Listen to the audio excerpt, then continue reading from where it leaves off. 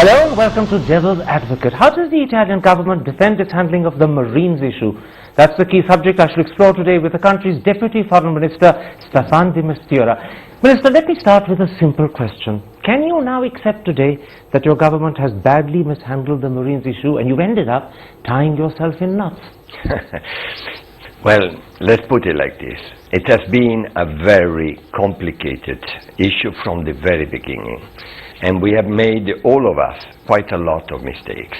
But the main mistake that you've made is that in a short period of 11 days, your government has ended up taking 3 different positions. You first guaranteed that the Marines would come back by the 22nd of March, then you said they wouldn't, and now you've had to hasten to bring them back before the deadline. Every time one turned the newspaper, it seemed the Italian government was taking a different position. Your dates were totally correct. Let me elaborate why and how, and perhaps there will be a logic, although, you know, in politics and in emotions, logic sometimes need to be explained. Point number 1, the Italians, the ambassador and the 2 Marines gave the word. Our word is a very important endeavor, like for you. Can I interrupt? And that word was supported by an affidavit saying that the ambassador was speaking on behalf of the government, exactly. So the government gave its word. Exactly. So the statement was correct and the commitment was correct. The 2 Marines, through a very gracious decision, I must say, by the Supreme Court, went to Italy. What happens afterwards? Well, during that period when they were in Italy, there was the indication that there was going to be established a special court. That was the first early warning. Put yourself in Italy for a moment. No, Minister, you're wrong on facts. The indication that a special court was going to be established didn't happen when the Marines were in Italy. It happened on the 18th of January when the Supreme Court in India so ruled well before the Marines went. Correct. But check please, check on one point, at least we, you know, what we got. The Supreme Court decided on 18th of January that there should be a special court, and in fact almost reprimanded that there was delay on it. During the period of the bail, the so-called open bail, there was an indication, let me just specify, that's what made the difference, that the court was going to be established. In other words, they were the first moves. Go back to Italy, please, wait a moment, and think about one issue. At that time, the feeling that the special court was becoming a reality became immediate.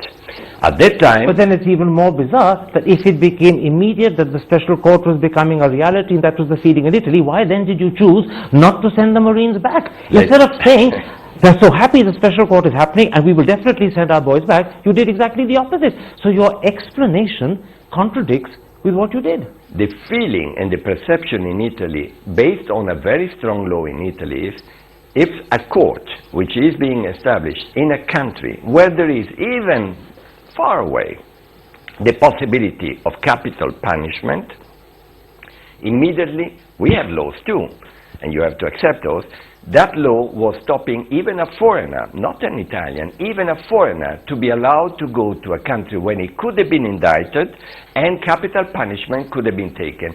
That's the time when exceptionally, and trust me, it was a very difficult decision, Minister, the word given was suspended. Painfully, but suspended. Minister, actually, once again, the facts don't match up with your suspicion or your fear that your Marines could have been exposed to the death penalty, because in December, when they were permitted to go back and they then returned in January, they faced charges in the Kerala High Court, which arguably, although perhaps exaggeratedly, could have led to the death penalty. And yet, despite that, they came back. In February, when they went, the Kerala High Court case had been quashed. There were no charges against them.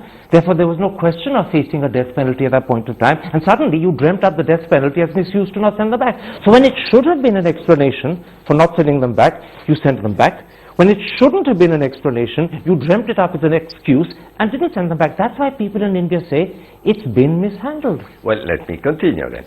That is true, but what true, the facts you describe, what you don't have in your own picture is the fact that for us, when we learned that Supreme Court had decided something, and we respect the Supreme Court, it's the highest standing in India, let me please finish. You can't say you respect the Supreme Court when you put yourself in the position both as a government and your own ambassador was personally put in that position of going back on a solemn undertaking. You can't respect the court and then go back on a solemn undertaking to the same court. Well, if I can continue, once the Supreme Court established establish a totally new court, which had already agreed, the Supreme Court, that in Kerala they had made a mistake for one whole year, to handle this issue, and they could not even handle the Supreme Court this issue. They decided to establish a totally new court. That became reality during that period. I'm just explaining the reasons, then you may contradict.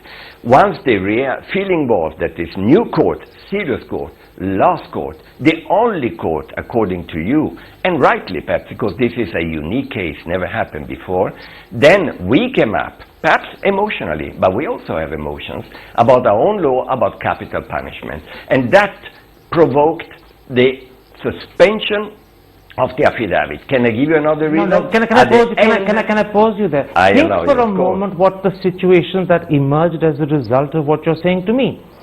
You ended up putting your government and your ambassador in a position where for a fairly long period it looked as if they had lied to the Supreme Court. You affronted Indian opinion publicly across the board. Worst of all, you've now ended up in a situation where in Rome, your own opposition and your own press is ridiculing you. Il Giornale says that you've betrayed Italy. Senator Maurizio Gaspari says the whole incident was ineptly conducted and you've exposed your own country to ridicule. So you've got the worst of both worlds in India and at home. Your government has lost out every way. I'm not sure about that. From our point of view, and that's a national felt point, capital punishment is a blockage. We have then obtained from the Indian authorities a written statement which came in time for reassuring that point, and we then decided, as we should have done, on that basis there is no reason to not respect a word given. And they returned with me here. Except, Minister, if you had consulted any lawyer, you would have discovered that this case would never have been considered by any court as the rarest of the rare, and therefore it would never have qualified for the death penalty. Harish Salve, who was your lawyer until last week, would have given you that reassurance at the drop of a hat. So this concern that you had, that if your boys were sent back they would face the death penalty, is a fig leaf. It's not a real concern. That's why I say, your explanation doesn't wash with the Indian public. It does wash with us anyway, because you have to come to Italy and see what does it mean. A special court, the word special is quite worrisome, but we understand why you're doing it. Special court, which has not clearly stated in its own constitution, is not yet there, that death penalty would not be applicable. Now you may say, any lawyer would have told you the contrary. Probably, but we have a law, and our law says, if anyone, can you imagine then Italian military? Then why did you send them back in December or January? Because the special court had not yet been established. The other laws, we knew they were, we had one higher up, one higher up, one higher up. And you still proved, and the Supreme Court very rightly decided that Kerala had made a major mistake. Can I add? So we were waiting for the last resort, a new resort, and we needed to have guarantees. In which case, Minister, we have the right to ask for in which case, Minister, yes, when you on the 11th of March informed the Indian government that the Marines weren't coming back, why didn't you give this as your reason? Because the reason you gave at that time had nothing to do with your fear and concern of the death penalty, nor did it have anything to do with the fact that the whole process of setting up the special court was taking time, which is what you said at your press conference in India the other day. The reason you gave on the 11th of March was that in fact a dispute had been created between the two governments because the note verbal of the 6th of March had not been responded to by the 11th. In other words, the government had taken 5 days and you felt that therefore it was too long and a dispute had come into being.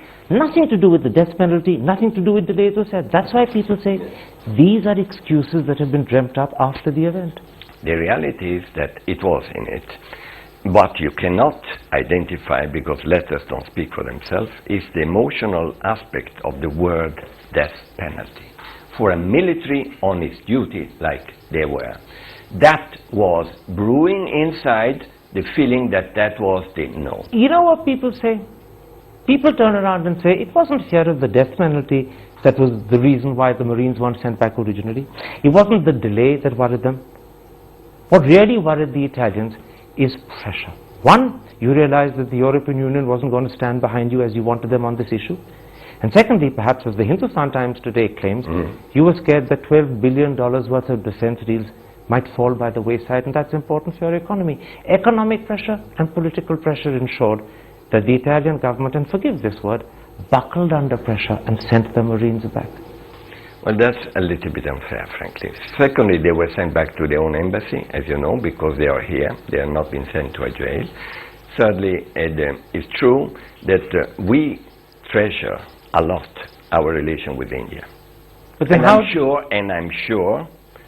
that India feels the same. We have such a long tradition, not only of business, but of culture, of being together on it. And I am convinced that what happened, unfortunately, a year ago, more than a year ago, off the shore of international waters of Kerala, is something that is painfully handled by us and by the Indian authorities. So we do want, and I don't deny, we want a solution, a diplomatic solution, in the respect of the judiciary, both in India and in Italy, and above all, for our own emotions. I do feel sorry, and I know, and I went to see the families of the fishermen. Last year. Of course. But let's not and I also families feel of the how fishermen. much the emotions have been taking place in India. I but do understand also the I fully emotions understand in that, Italy. and I fully Thank understand you. the emotions in Italy. I'm not simply questioning you toughly from the standpoint of an Indian audience that is skeptical and cynical of why suddenly you've changed your mind, why you've done 3 flip-flops over this whole issue. I also noticed that the Italian press and Italian politicians are critical of you. Angelino Alfano, the secretary of the Freedom Party, says, we have lost credibility both nationally and internationally. Il Giornale says, you've betrayed Italy. The questions I'm asking you are echoing in Rome even louder and more critically. Suddenly, you've lost as an embassy credibility in India. As a government, you've lost credibility. So don't you feel that on reflection, this should have been, could have been better handled? Okay.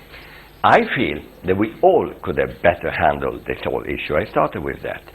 I feel that the Supreme Court was very correct in saying that for 1 year, Kerala should have not handled it. It's such a complex international issue. I feel that on our side, we should have been more careful with emotions. Let me address those politicians. Let me explain to you one point that you rightly said. You mentioned some politicians in Italy. We are in a post-electoral mood. I'm sure in India too there must have been some critical moves. That is human, normal. We should be critical of anything, but what we give as a priority, notwithstanding mistakes done by every side, is to try to find a fair solution and make sure that the Indian position is well respected and our position is well understood and respected. Let me flip the discussion. Up till now I've put pressure on you and tried to expose what I think are false or inept handling on the Italian side. Tell me honestly, where did the Indian government let you down? Where do you think the Indian government was slow or inept or perhaps not as forthcoming as it should be? You see, in this program I presume you should have been the attacker, I should have been the defender. I'm asking you to now reverse those. Yes, but I have a lot of respect for the Indian government and for the Indian people. And our relation has been always very strong. So let me, instead of saying where they made a mistake, rather say what we could have done better. If you allow me to answer to your point. Give me 3 points the Indians could have done better. Certainly. But I will also tell you, if you want, what we could have done better if you want. Stick to the Indians for now. Good.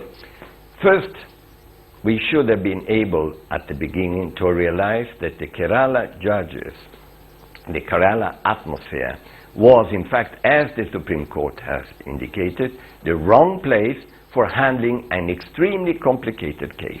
In other words, the Supreme Court took too long to come to that conclusion. It should have come to that conclusion I will come earlier. to the second point, but you said it. We have been waiting 11 months. And you got frustrated. We got emotions coming up. We too have families. We too, like you, trust our military should be defended when they are on duty, even if and they India make a did not mistake. understand that. Well, they didn't act on it. And therefore, luckily, Supreme Court belatedly, and in law of fairness, did so. They should have done it much earlier. We would have been able to find some formula much earlier. What made the Italians terribly frustrated was the feeling that perhaps there was a strategy of prolonging this. And I'm sure it was what not. would have lied behind that strategy? We don't know. Political. You thought, in other words, you were being lured into some sort of trap? No, but that we could have been, perhaps, falling into an agenda of Kerala-related political environment, which is human, like you are quoting some people criticizing Did you raise these Italy. concerns with the Indian government? Did you raise it with the South Bloc, the Foreign Office? I would not elaborate, frankly, on my discussion with the Indian authority. I think it's up to them to elaborate. I have respect for their position. But let me tell you the third mistake, if I may, or the third moment. The third one would have been that while we all feel that we should find a solution, we should have been also perhaps in a position of discussing without negotiating. I recognize negotiations is not an issue when you have serious things like 2 people dead, and 2 military on it. But we should have been together perhaps, finding a way through which analyzing what does it mean when 2 military on official duty on international waters make a mistake or not, probably, perhaps not. In other words, the two sides should have got together, put their heads together and try and understand the situation better. Bravo, because it's been unheard of. The last case of something similar to that was perhaps in 1912. Minister, let's take a break at that point. When I come back, I want to turn to certain unanswered questions that perhaps could be answered definitively today. That's in a moment's time. See you after the break. Welcome back to Devil's Advocate and an exclusive interview with the Italian Deputy Foreign Minister Staffan De Mistura. Let me put to you 2 concerns from the Indian side and ask whether you agree with them. Given that this incident in February last year clearly happened outside Indian territorial waters, it happened some 22 miles away from the Kerala coast. Correct. Given that by the time the Indian authorities found out about it, the Enrico Lexi was already 30 miles and therefore clearly in the high seas, why did your captain come back to Cochin? The theory is that he was lured back or brought back on some grounds of deception. Can you confirm that? I can tell you what I know, rather than confirming, because I hope the Indian side will discover that. Point number 1, all what you said is correct. He was there. Point number 2, he returned not inside national water, because he was never in national waters, but I will quote instead, I think, a senior official of the Kerala police, who actually very proudly said, we have lured them in. Then the question... We have lured them in? Yes, he said so. So I'm quoting an Indian policeman from Kerala. Question you should ask me... Can I interrupt? No, can I interrupt because this is so important. But I have a point. I'll come back to you. The theory in India, and I want you to confirm or deny it for me, is that in fact when Indian authorities contacted the captain of the Enrico Lexi, he was told that there had been a piracy incident and they required him to come and cooperate on friendly terms. He agreed to do so, believing that he was simply coming to cooperate, and then found the 2 of his Marines were arrested. In other words, he was, as you say, lured, and the basis was a deception. Can you confirm that? Yes, I can. Now, can I continue? The question you perhaps should ask me, but I don't want to do your job, is why did he actually return on that basis? For the reason you just said. That he had a clean conscience. He had, bravo, you said it. All right. He felt he had clean conscience, so did the Marines. Who actually said, yes, we did shoot at what we perceived or believed were pirates. So from that point of view, that was the beginning of when things started becoming complicated. 2 quick questions, and then we're going to come to the end of this interview. Now that the Marines are back, now that the government has assured you that the special court on which it seemed to be dragging its feet will be set up expeditiously, clearly the Marines will be tried there. If they are found guilty and if they are sentenced, will they serve term in an Indian jail, or will you seek at that point to ensure that they serve their sentence in Italy? I cannot elaborate on this at this stage. I'm not a judge, neither are you. What I can tell you is that we are taking into account very strongly the fact that the Supreme Court has decided, your Supreme Court, and we respect it, that there would be a new special court, because the case is so complicated and heard of. What we are asking, if that takes place, and it should take place, because it has been decided by the Supreme Court, should be fast, quick, expeditious. But you won't tell me whether the Marines, if sentenced, will serve in an Indian jail. At the same time, we maintain our position, and I would like to restate it, while respecting the Supreme Court, we are in India, that in our position, military should be judged in our own country. And by the way, we discussed it the other day, you remember? The other day was last year. Yes, the other day was last year. The Indian military would have done exactly what we are doing. Very possibly. And you know that very well, and I know it too. Very possibly, but I'm not questioning you as an Indian versus an Italian, although I'm an Indian, I'm questioning you as a journalist who naturally is skeptical and is doubting. And I want to end by asking you about your boss, Foreign Minister Terzi, who gave an interview to La Repubblica yesterday where he claims astonishingly that Italy deliberately created this crisis to negotiate better conditions for the Marines and to guarantee that the death penalty would not apply to them. Does he really mean that, or is that just a sad fig leaf to cover his embarrassment? I would ask you to ask him this, because I arrived yesterday evening, as you know, late, before actually being able to talk to anyone. What I can tell you is that I confirm that what was the breakthrough of all this was the assurance by the Indian authorities, very correctly, that no death penalty would be applicable. The only thing, Minister, as I've said many times before, that assurance could have been obtained much earlier. You didn't need to gamble or create a crisis for it. And secondly, your boys went home and came back in January when there was no such assurance. It's so odd that they needed one this time round. That's why I end by saying, in Indian eyes, a lot of damage has happened to the good name of Italy. A country that we looked upon, or India looked upon as a close friend, they now look upon with suspicion. Don't you regret that? I do, and we all regret it, and I'm sure you regret it too, as I can see. But let's look forward. First of all, yesterday I met the Foreign Minister of India. We decided together that the crisis is over. You mean that? The crisis is over? Definitely. We love the relationship we always had between India and Italy. We want to settle the issue, start again, use diplomatic approach in our dialogue, I'm not saying negotiation, and go forward now. I'm glad we're ending on a positive note. We began quarrelsomely, but at least we're sorting out some of the issues. My last question. If this issue ends with the Marines being tried, found guilty and sentenced, will we have another crisis? I can't speak for the Italian people, for the emotions. I can only tell you one thing. We have to find a quick formula solution for this issue, because the two countries deserve definitely more than simply having a crisis. Staffan De Mistura, a pleasure talking to you. Thank you. Same here.